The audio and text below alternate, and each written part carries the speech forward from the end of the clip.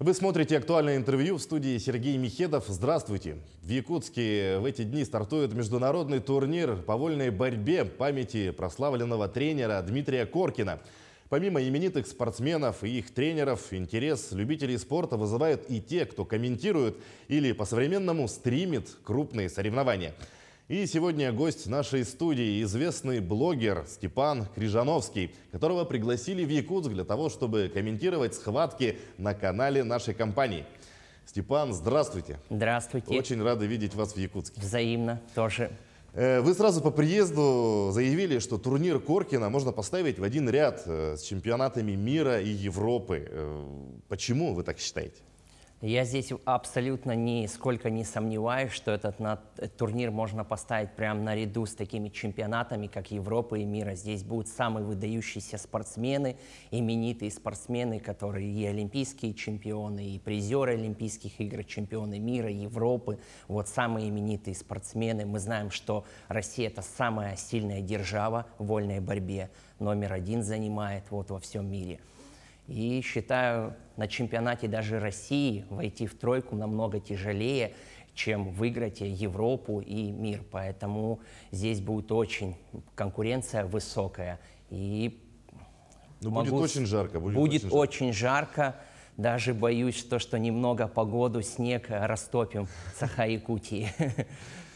Степан, немножко поговорим о вашей деятельности. За вашими трансляциями с различных крупных соревнований следят тысячи болельщиков.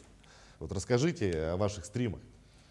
Стримы я начал вести с чемпионата Европы, когда в Риме стартовал чемпионат Европы. Это было где-то 3 года назад.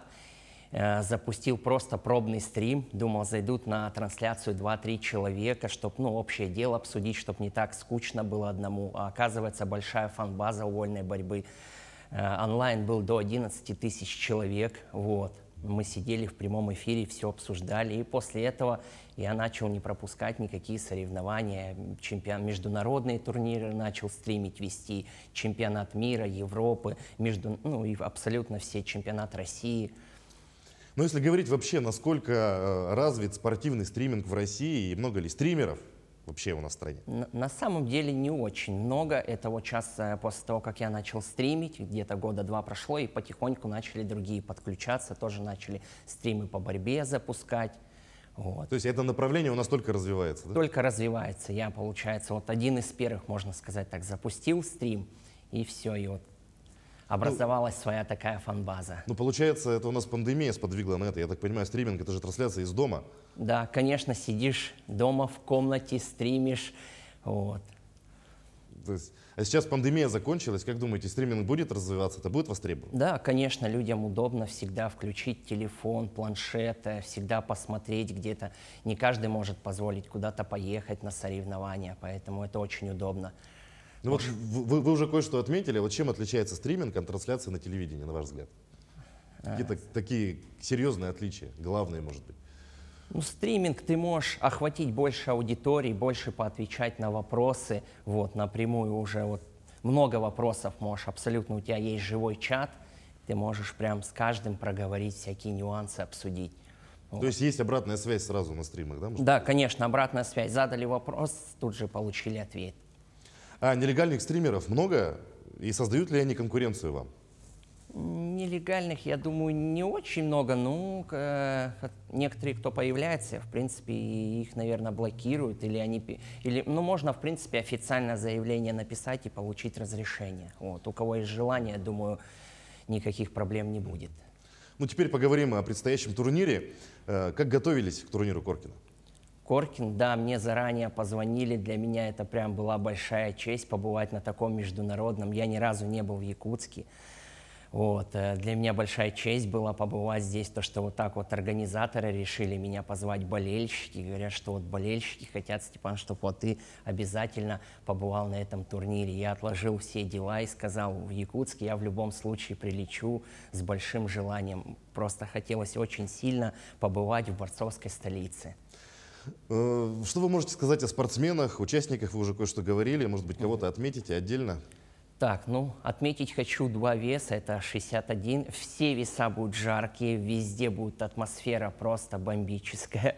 Вот, ну, отметим два веса, вот именно принципиальные схватки, которые я сам жду, это 61 килограмм, Аббас Гаджи Магомедов и Ахмед Идрисов. Вот, я думаю, их сейчас по сетке, если разведут, будет очень, очень круто. Они, вот предстоящие два соревнования, которые были, это чемпионат России, там выиграл Аббас Гаджи, вот, и спартакиада была, там выиграл Ахмед Идрисов. И здесь, на Коркинском турнире, это будет прям захватывающая То есть, получается, схватка. это будет уже третья схватка, можно сказать? Да. Ну, вот именно решающая в каких-то моментах? Да, конечно, решающая такая, поэтому будет супер. И 74 килограмма, здесь много спортсменов, причем поднялись весом выше и Станислав Свинобоев, и, получается, Евгений Жирбаев, Исраил Касумов, вот, и олимпийский чемпион Заурбек Сидаков. Будет очень интересно смотреть за этим весом, много молодых парней, и кто поднялся выше весом, прям хороший вес будет. А почему ваш интерес связан именно с вольной борьбой, а не каким-то другим видом спорта? Я сам занимался вольной борьбой, все школьное время ходил на вольную борьбу, любил этот вид спорта. И даже до стрима я всегда сам включал, где-то находил какие-то трансляции и сам смотрел записи. Вот, всегда наслаждался этим видом спорта. Ну, насколько нам известно, вы многодетный отец. Как мотивируете детей заниматься спортом? Детей мотивирую, показываю свои грамоты. Я их сохранил все и по борьбе, и кубки, и грамоты. Вот, и сына своего сейчас отдал на борьбу. Потихонечку начинает втягиваться. Вы возглавляете строительную компанию. Как эта деятельность связана со спортом? Со спортом абсолютно, никак не связано. Ну, занимаюсь, да, это уже на протяжении 12 лет. Я стройкой еще начал с Дальнего Востока, вот в Краснодар переехал, и там 6 лет занимаюсь строительством. Но когда ближайшие стримы и чемпионаты по России, работу я откладываю на второй план. В Якутии мы знаем, вы в первый раз. Какие впечатления, ожидания, реальность? Вот, честно, вот нахожусь второй день, но такое ощущение, что нахожусь уже здесь неделю. Столько эмоций, столько впечатлений. Вот. Очень порадовали. Я знал, что у меня есть знакомый на протяжении 3 лет. Я дружу с болельщиком Саха-Якутии. Но что столько, прям так меня тепло встретят. Я прям очень рад. Душа прям ликует и радуется все эти дни. Атмосфера просто бомбическая. Жду скорей выйти в прямой эфир и начать транслировать схватки. Ну, а какие встречи были, где побывали в Якутске? С кем уже общались?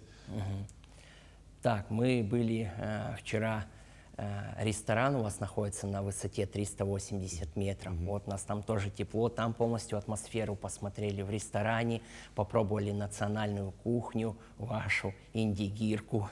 Все пишут: Степан, как индигирка? Очень вкусная, друзья, очень вкусная. Вот.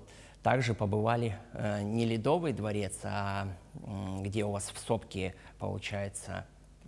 Чучурмуран? Ледяные скульптуры. Царство вечной мерзлоты. Да, царство вечной мерзлоты, там побывали, очень круто, тоже впечатления на всю жизнь останутся. Ну, как планируете проводить турнир, в каком формате? То есть вы будете комментировать на телевидении, плюс параллельно вести стрим, будете вести с кем-то или один? Нет, стрим вести не буду, только будет вот прямой эфир, получается. Будем включать самые огненные встречи, самые ожидаемые встречи от самых именитых таких спортсменов и будем комментировать. А ваши стримы вообще где смотрят, где больше всего болельщиков, с каких регионов, может быть? Может быть, где-то в мире смотрят?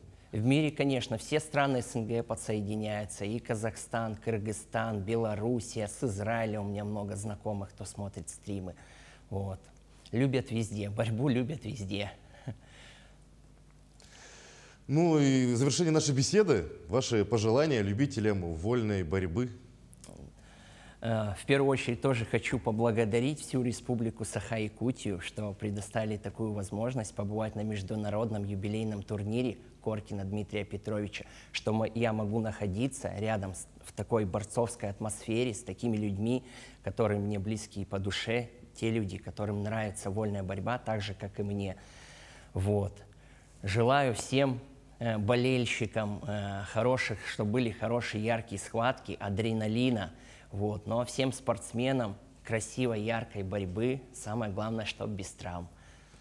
Степан, спасибо вам, но мы вам, в свою очередь, желаем удачных трансляций. Спасибо вам большое. Чтобы все прошло на высшем уровне. Ну и приезжайте в Якутию еще и пообщаемся. Обязательно. Спасибо большое. Но я напомню, вы смотрели актуальное интервью. Оставайтесь на нашем канале.